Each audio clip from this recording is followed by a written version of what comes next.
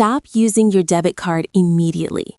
You are currently paying a voluntary ignorance tax that drains your net worth every single time you swipe at a register. By relying on debit, the average consumer loses over $600 annually. This isn't just about missing out on free money. It is about exposing your life savings to unnecessary risk. Welcome to Comparison Math, where we look at the hard data behind financial decisions. Today, we are proving why plastic is not created equal and why debit is obsolete. To understand the math, you must understand the mechanism. A debit card is a direct link to your checking account.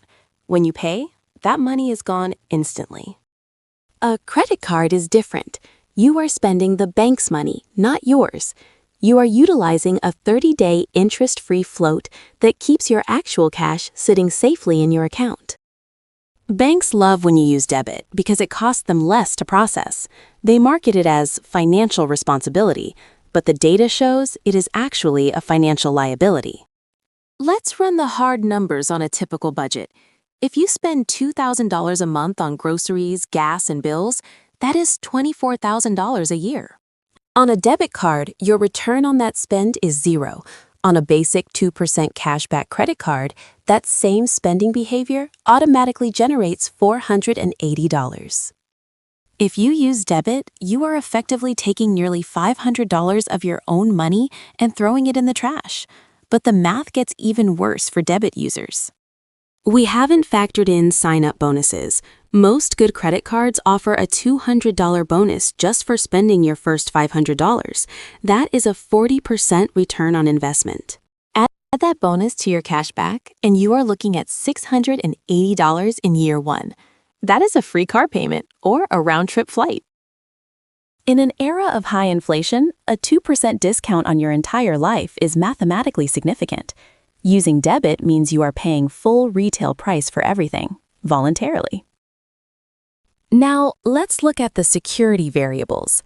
When a debit card is compromised, the thief is spending your actual cash. The money leaves your checking account instantly. While the bank investigates the fraud, which can take weeks, your money is gone. Your rent check bounces, your utility bills go unpaid. You are left in a liquidity crisis. With the credit card, if a hacker spends $5,000, you simply report it. You don't pay it. The bank fights to get their money back while you sleep soundly. This is a matter of law.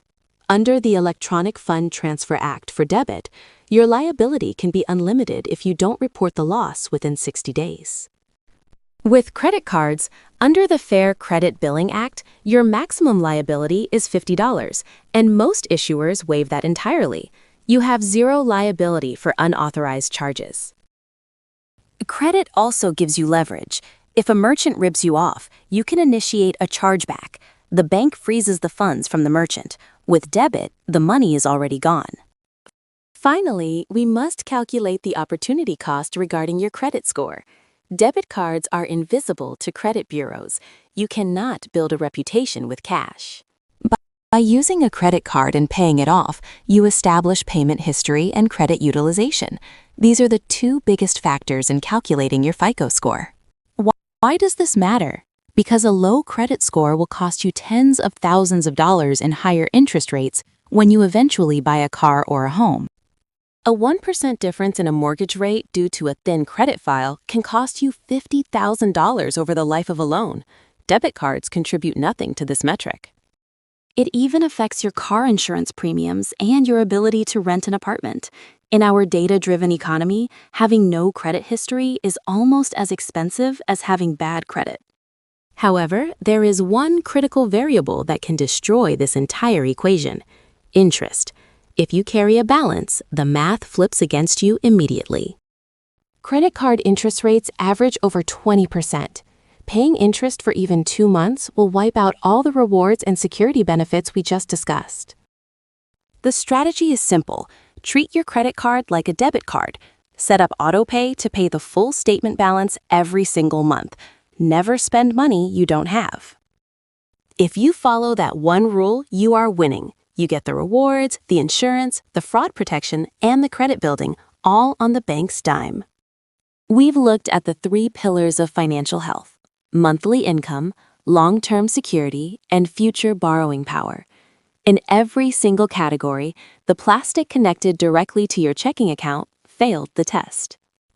The math is undeniable. The debit card offers zero upside and maximum risk. The credit card offers a minimum $600 annual raise and maximum protection. The scale doesn't just tip, it breaks. But remember the golden rule that makes this math work. You must pay the balance in full every single month. If you pay even 1 cent of interest, the bank wins, and the $600 advantage evaporates. So stop paying the ignorance tax. Lock away the debit card for ATM emergencies only. Switch your daily spend to credit and give yourself that tax-free raise starting today. If you want to see the math behind other major life decisions, like renting versus buying a home, check out our comparison. We break down the hidden costs there too. Thanks for watching Comparison Math.